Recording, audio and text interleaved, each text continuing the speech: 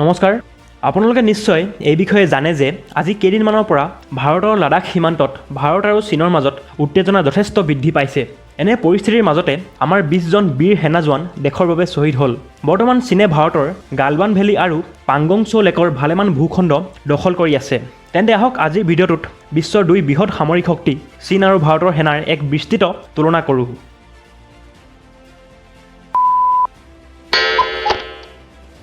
প্ৰথমে আপোনাক কৈ থওঁ যে ভিডিঅ'টোত দেখুওৱা সংখ্যাবিলাক আপোনালোকে বেলেগ বেলেগ ৱেবছাইটত বেলেগ বেলেগ পাব, কিয়নো যিকোনো দেশে তেওঁলোকৰ সেনাৰ তথ্য অফিচিয়েলি প্ৰকাশ নকৰে। কিন্তু মই Hindustan times of India, global fire power আদিৰ ভালেমান আৰ্টিকেল পঢ়িলোঁ আৰু তাৰ পৰা কমনখিনি আপোনাৰ আগত ৰাখিছোঁ। ভাৰতৰ লগতে চীনে নিজৰ সেনাৰ ওপৰত ভালেমান টকা খৰচা কৰে। 2019ত চীনে প্ৰায় $261 বিলিয়ন আৰু ভাৰতে প্ৰায় $71 বিলিয়ন সেনাৰ ওপৰত খৰচা কৰিলে। এই খৰচৰ হিচাপত চীন বিশ্বৰ ভিতৰত দ্বিতীয় আৰু ভাৰত তৃতীয় স্থানত আছে।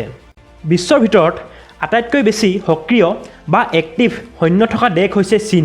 চীনৰ প্ৰায় 22 লাখ সক্ৰিয় সৈন্য থকাৰ বিপৰীতে ভাৰতৰ প্ৰায় 14 লাখ সক্ৰিয় সৈন্য আছে। কিন্তু আমাৰ ৰিজাৰ্ভ সৈন্যৰ সংখ্যা হৈছে প্ৰায় 21 লাখ আৰু চীনৰ মাত্ৰ 5 লাখ। এক্টিভ আৰু ৰিজাৰ্ভ দুয়োটা লগাই ভাৰতৰ প্ৰায় 35 লাখ সৈন্য থকাৰ বিপৰীতে চীনৰ আছে প্ৰায় 27 লাখ। টেংকৰ ক্ষেত্ৰত ভাৰত আগবাঢ়ি আছে। ভাৰতৰ প্ৰায় 4200 টেংক আছে আৰু চীনৰ আছে প্ৰায় 3400।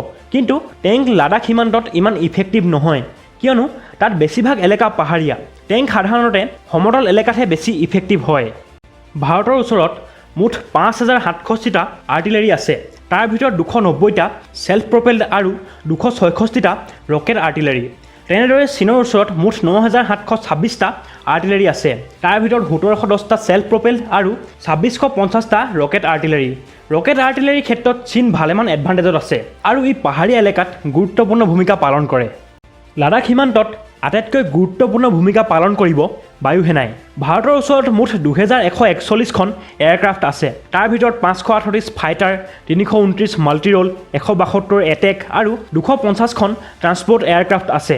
ইয়াৰ ভিতৰত মুখ্যতেই হৈছে সুখয়, MiG-29, তেজছ আদিৰ লগতে ভৱিষ্যতে ৰাফেলো বায়ুসেনাত অন্তৰ্ভুক্ত হ'ব। চীনৰ ওচৰত মুঠ 3444খন এয়াৰক্ৰাফ্ট আছে। তাৰ ভিতৰত 1232 ফাইটাৰ, 629 মাল্টি ৰ'ল, 371 এটেক আৰু 224খন ট্ৰান্সপৰ্ট এয়াৰক্ৰাফ্ট আছে। তেনেদৰে ভাৰতৰ ওচৰত মুঠ 725খন হেলিকপ্টাৰ আছে আৰু চীনৰ ওচৰত আছে মুঠ 1170খন। হেলিকপ্টাৰৰ ভিতৰত মেইনলি আমাৰ লগত আপাচি, চিনুক আদি অত্যাধুনিক হেলিকপ্টাৰ আছে। চীন আৰু ভাৰত সীমান্তৰ ক্ষেত্ৰত নেভি বা নৌসেনা ইমান গুৰুত্বপূৰ্ণ নহয় যদিও ইয়াৰ তথ্যও আপোনালোকে জানি থওক। স্ক্ৰীনত নেভিৰ সম্পূৰ্ণ তথ্য দিয়া হৈছে। ভাৰতৰ 2খন এয়াৰক্ৰাফ্ট কেৰিয়াৰৰ ভিতৰত এতিয়া কেৱল INS বিক্ৰমাদিত্যখনহে কাৰ্যক্ষম হৈ আছে আৰু দ্বিতীয়খন এয়াৰক্ৰাফ্ট কেৰিয়াৰ INS বিক্ৰান্ত এতিয়া আণ্ডাৰ কনষ্ট্ৰাকশ্যনত আছে। নিউক্লিয়াৰ বা পাৰমাণৱিক অস্ত্ৰৰ ক্ষেত্ৰত অফিচিয়েলি একো জানিব পৰা নাযায় যদিও এষ্টিমেশ্যন অনুসৰি ভাৰতৰ ওচৰত প্ৰায় 140ৰ পৰা 150 আৰু চীনৰ ওচৰত প্ৰায় 300 পাৰমাণৱিক অস্ত্ৰ আছে। এয়াই আছিল ভাৰত আৰু চীনৰ সামৰিক শক্তিৰ সম্পূৰ্ণ তথ্য। শেষত আপোনালোকক ক'ব বিচাৰিছোঁ যে 1962ত আমি চীনৰ বিৰুদ্ধে যুদ্ধত হাৰিলোঁ যদিও তাৰ পিছত 1967, 1975 আদিত যেতিয়া চীনে ভাৰতীয় সেনাৰ মুখামুখি হৈছে প্ৰতিবাৰেই চীনে মুখ ঠেকেচা খাইছে আৰু পিছুৱাই গৈছে। ভাৰতীয় সেনা অভিজ্ঞতা বা এক্সপিৰিয়েঞ্চৰ ক্ষেত্ৰতো পিপলছ লিবাৰেশ্যন আৰ্মি বা PLAতকৈ ভালেমান আগুৱাই আছে। চীনে 1979 চনতেই ভিয়েটনামৰ বিৰুদ্ধে শেষৰ বাৰলৈ যুদ্ধত লিপ্ত হৈছিল, কিন্তু ভাৰতে 1999 চনত কাৰ্গিলৰ দৰে এখন অতি জটিল যুদ্ধটো জয়লাভ কৰিবলৈ সক্ষম হৈছিল। এজন ভাৰতীয় হিচাপে মোৰো আমাৰ সেনাৰ ওপৰত সম্পূৰ্ণ বিশ্বাস আছে আৰু আজিৰ দিনত প্ৰতিজন ভাৰতীয়ই ভাৰত চৰকাৰৰ লগতে ভাৰতীয় সেনাৰ পৰা এইটোৱে আশা কৰিছে যে ভাৰতে যিকোনো প্ৰকাৰে চীনৰ হাতৰ পৰা ভাৰতৰ ভূখণ্ড ঘূৰাই আনিবলৈ সক্ষম হ'ব। ধন্যবাদ। ভিডিঅ'টো লাইক আৰু চেনেলটো ছাবস্ক্ৰাইব কৰিবলৈ নাপাহৰিব।